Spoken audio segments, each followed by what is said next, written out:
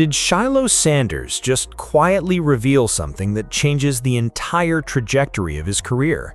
Not on a national broadcast, not in a headline-grabbing interview, but in a low-key moment that most people would scroll right past without thinking twice.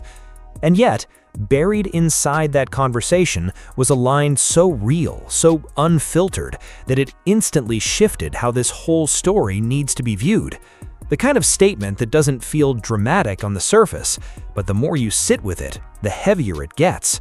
Because once you actually process what was said, and more importantly, how it was said, it stops sounding like a passing comment and starts sounding like a turning point.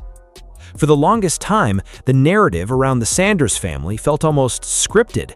You had Shedeur Sanders rising fast, building real momentum as a potential franchise quarterback, and naturally, fans began connecting dots that seemed too perfect to ignore.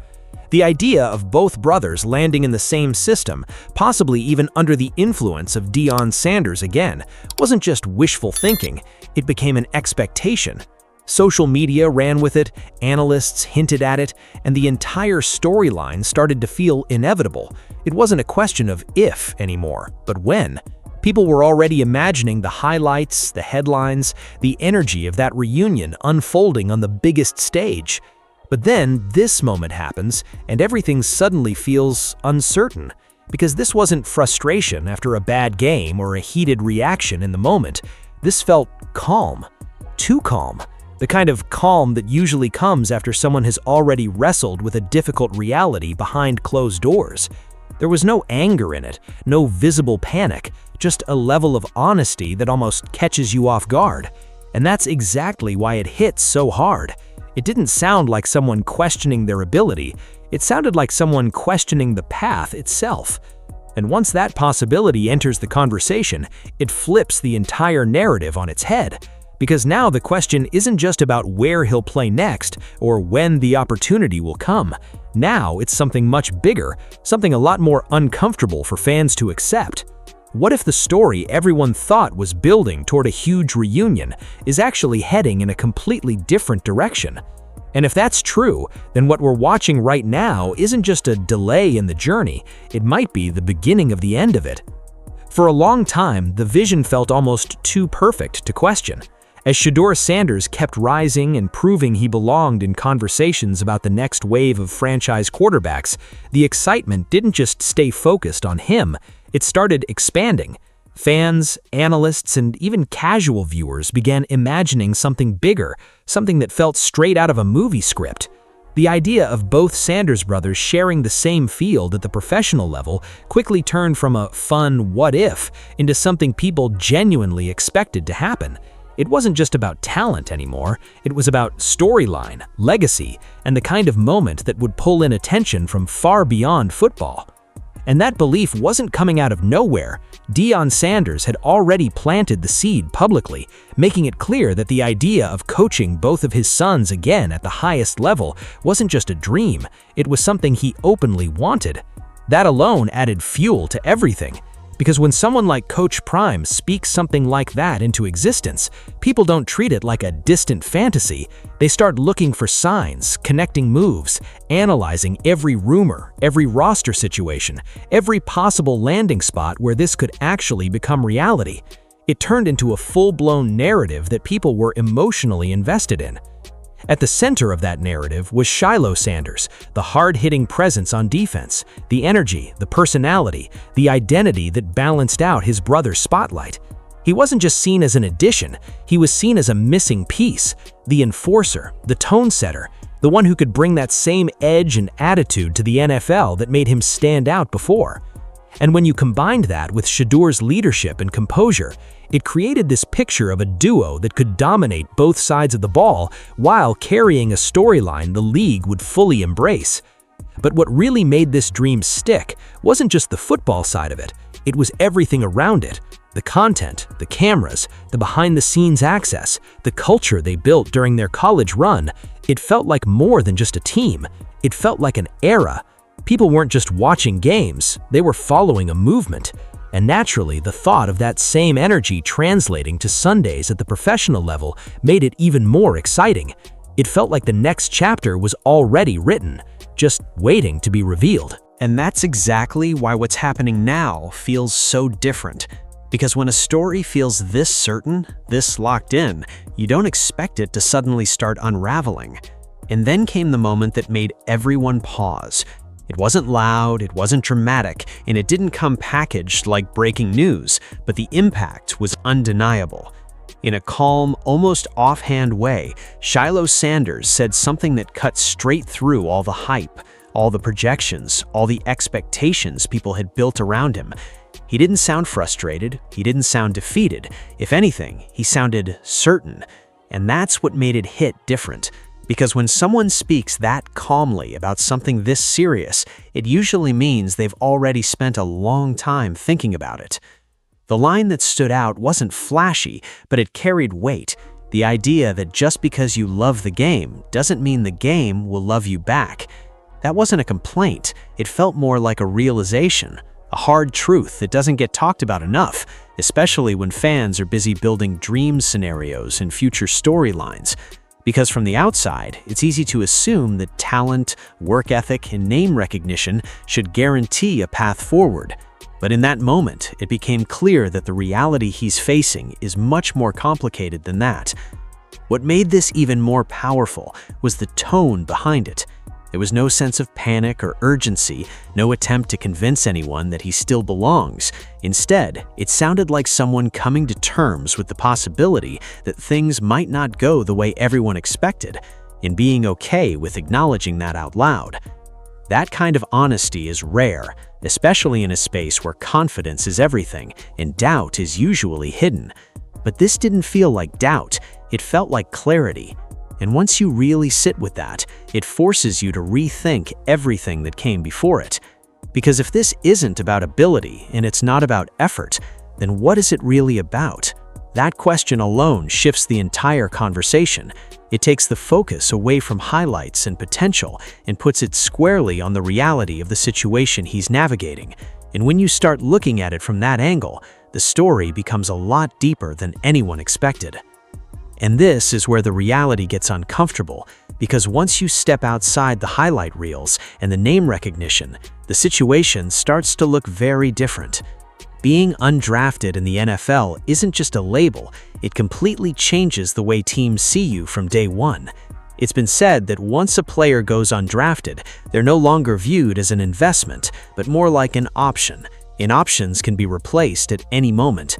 There's no built-in patience, no long leash to develop, no real obligation from a front office to give you time. Every single opportunity has to be earned instantly, and even then, it can disappear just as fast. For someone like Shilo Sanders, that reality hits even harder because expectations from the outside don't match how the system actually works. Fans see the name, the experience, the physicality, and assume doors should be wide open. But behind the scenes, it's a completely different game. You're waiting for calls that may never come, relying on connections that don't always lead anywhere, and competing against players who might already have a financial or draft-based advantage over you. It's not always about who's better, it's often about who fits a very specific need at a very specific moment. And that's where the mental side starts to take over. Because when everything is out of your control, when decisions are being made in rooms you're not even in, it forces you into a different kind of battle. You can train, you can stay ready, you can believe in yourself, but none of that guarantees anything. It's been reported and widely discussed that roster decisions often come down to numbers, contracts, and timing rather than pure talent. And when you realize that, it can shift how you look at the entire journey. That's why his words from earlier start to make even more sense. This isn't about losing confidence or questioning his ability to compete. It's about understanding the structure of a system that doesn't always reward effort the way people expect it to. And once you fully grasp that, it changes how you approach everything moving forward. Because now it's not just about chasing a dream, it's about deciding whether that chase is still worth it under these conditions. And just when it feels like that reality might close one door completely, something unexpected starts to open on the other side. And that's where the story takes a turn that not many people saw coming. Because instead of chasing something that keeps slipping further out of reach, Shilo Sanders has quietly started building something completely different. While everyone was focused on roster spots and training camp hopes, he was already shifting his energy into a new lane, one where he actually controls the outcome. Content creation, streaming, music. It didn't happen overnight, but the consistency started to show. And the more you watch it, the more it feels like this isn't just a backup plan, it's becoming a real identity. What stands out the most isn't just what he's doing, but how he looks doing it. There's a different kind of presence, a different level of freedom. No waiting on calls, no depending on decisions made behind closed doors. Every move, every upload, every stream is on his terms. And that kind of control is something a lot of athletes never really experience while they're still trying to make it in the league. It's been said by many former players that the moment they step away from that system, they finally feel like they can breathe. And watching this shift, you can see hints of that happening in real time. At the same time, this transition isn't about stepping out of the spotlight, it's about redefining it. For years, his story has been tied to the Sanders name, to the legacy, to the expectations that come with being part of that family. But now, there's a noticeable shift toward building something that stands on its own. The audience he's growing, the content he's putting out, the personality that comes through. It's starting to feel less like the other Sanders brother and more like a brand that's carving its own space. And what makes this even more interesting is that it doesn't feel forced. There's no sense of someone trying to replace one dream with another just to fill a gap. It feels natural, like he's leaning into something that was always there, but never fully explored because football took up all the oxygen. Now that space is opened up, and he's using it, and whether people expected it or not, it's working. But here's the part that keeps this story from being simple. Because even with this new direction taking off, there are still flashes of something that hasn't gone anywhere. But that shift doesn't mean the competitor disappeared. It's still there, and it shows up the moment the conversation drifts back to football. You can see it in how Shilo Sanders carries himself, even in the most casual settings. One second he's talking, relaxed, almost detached from the game, and the next second he's on his feet, showing his back pedal, testing his movement, almost like muscle memory kicked in without permission. It wasn't staged, it wasn't for show, it was instinct. The kind of instinct you don't just switch off, no matter how much your situation changes. And then there's the way he talks about matchups, about competing, about lining up against receivers. It comes out naturally, almost playfully, but there's an edge behind it. He's joking about guarding guys, calling out scenarios, but underneath that is the same confidence that made him stand out in the first place. That identity, the enforcer, the tone setter, the one who brings energy every snap, that hasn't gone anywhere. It's still right there, just waiting for the right moment to be used again. The stories from his earlier days only reinforce that. When he starts reflecting on those Jackson State practices, the energy completely shifts. Suddenly, it's not about uncertainty or transition anymore. It's about intensity, about competition at a level most people don't fully understand. The way those sessions were described, it wasn't controlled or cautious. It was physical, aggressive, relentless. No easing up, no light reps, just players going at each other like every snap mattered. And in that environment, he built a reputation that stuck. Someone who didn't just play defense, but imposed himself on the game. That's where the Headache Gang identity really comes from. It's not just a nickname, it's a reflection of how he approached every rep, every collision, every opportunity to make an impact. Teammates remembered it, opponents felt it, and those moments became part of the story that still follows him. And when those memories come up, you can see it in his expression. That fire is still there, still very real. Which is exactly what makes this situation so complicated. Because when that level of competitiveness is still alive, still visible, it becomes harder to believe that the door is completely closed. It raises a different kind of question, not whether he can still play, but whether he's truly ready to walk away from it. And this is where things get even more interesting, because depending on how you look at it, this could either be the closing chapter or the calm before something unexpected. There's been a lot of quiet debate building around this moment, with some fans starting to believe that what Shilo Sanders said is not necessarily a final decision, but more of a mental reset. The kind of reset that happens when someone steps back, reassesses everything, and prepares to move differently the next time an opportunity shows up. It's not uncommon, especially in professional sports, for players to create distance before making one last push. But the key difference here is how open and honest he was with where his head is. At the same time, others see it in a completely different way. There's a growing belief that this might actually be him preparing to move on for real, slowly detaching from the idea of chasing a system that doesn't guarantee anything in return. And honestly, that perspective isn't hard to understand. When you've experienced how unpredictable the process can be, when calls don't come, when timing doesn't line up, when decisions are made for reasons you can't control, it forces you to think differently about how much energy you're willing to keep investing. So when he speaks the way he did, it leaves just enough room for people to question whether this is acceptance or strategy. But here's where the situation refuses to stay simple. The NFL doesn't operate on clean timelines. It's chaotic, unpredictable, and constantly shifting. Every year, it's been seen countless times. Injuries hit during training camp, depth charts get shaken up, and suddenly teams are scrambling to fill gaps they didn't expect to have. And when that happens, they don't always look for the biggest name. They look for someone ready. Someone in shape, someone experienced, someone who can step in without hesitation. That's why some people are holding on to the idea that as long as he stays prepared, there's always a chance that phone call comes at the exact moment nobody saw coming. So now the situation sits right in the middle of two possibilities. On one side, you have a player who might be genuinely at peace with stepping away and building something new on his own terms. On the other, you have a competitor who still looks ready, still moves like he can play, and still carries that edge that teams look for when things get desperate. And the truth is, both of those things can exist at the same time. Which is exactly why what happens next feels so unpredictable. Because if there's even a small window left open, all it takes is one moment to flip the entire story again.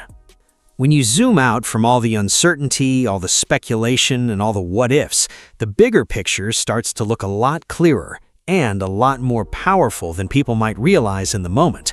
Because regardless of what Shilo Sanders decides to do next, his impact isn't something that just disappears if he steps away from the field. What he was part of during that Jackson State era wasn't just a football run, it was a cultural shift. The energy, the attention, the way people started looking at HBCU programs again, that didn't happen by accident. It was built through personality, intensity, and a level of visibility that changed how the game was being consumed. And of course, that movement was driven at the center by Deion Sanders, whose influence stretched far beyond wins and losses. But what made it resonate was how the entire family and the players around them brought it to life. It wasn't just coaching, it wasn't just talent, it was a full experience that blended football, culture, and storytelling in a way that pulled people in who might not have been paying attention before. And in that environment, Shilo carved out his own role, his own identity, contributing to something that people are still talking about long after those games ended. At the same time, the Sanders name has never been about staying in one lane. It's always been about adapting, evolving, and finding ways to win in different arenas. You can see that clearly when you look at how Shedeur Sanders continues to rise, carrying that next chapter forward in his own way. And now, with Shilo potentially moving in a different direction, it doesn't feel like a break in the story, it feels like an expansion of it. Different paths, same mindset. That's what makes this moment bigger than just a career decision. Because whether he lines up on a field again or fully commits to building something outside of football, the foundation has already been set. The recognition, the presence, the influence, it's all there. And in a way, that might be the real legacy. Not just what was done on the field, but how the entire journey opened doors that weren't as visible before. Which is why the conversation now isn't just about what he's leaving behind, it's about what he's stepping into next, and whether that next move might redefine the story all over again. And that's what this all comes down to. The one question that nobody can answer yet, but everyone is thinking about. Is Shilo Sanders really stepping away from football, or is this just the calm before a comeback nobody sees coming? Because when you piece everything together, the honesty in his words, the reality of his situation, the new path he's building, and the competitive fire that still shows up, it doesn't feel like a clean ending. It feels unfinished, like a story that could go either way depending on what happens next. On one side, the path forward without football has never looked more real. He's building something that doesn't rely on front offices, contracts, or timing. It's stable, it's growing, and most importantly, it's his. That kind of control is rare, and once you experience it, it's hard to walk away from. On the other hand, the door to the league isn't always as closed as it seems. Situations change fast, opportunities appear out of nowhere, and players who stay ready often find themselves right back in the mix when nobody expects it. And maybe that's the real tension in this story. It's not about whether he can play, it's about what he actually wants now. Because chasing the NFL and building your own empire require two completely different mindsets, two completely different kinds of sacrifice. And right now, it looks like he's standing right in between those two worlds, with a legitimate case for choosing either one. So the real question isn't just about his future in football, it's about the direction of his entire journey. Does he take one last shot if the opportunity comes, or does he fully commit to the lane he's already starting to dominate? Either way, this isn't a loss, it's a pivot. And knowing how this story has unfolded so far, don't be surprised if whatever move comes next ends up being the biggest one yet. Now, I want to hear from you. Do you think he's truly done with football, or is this just the calm before a comeback nobody sees coming?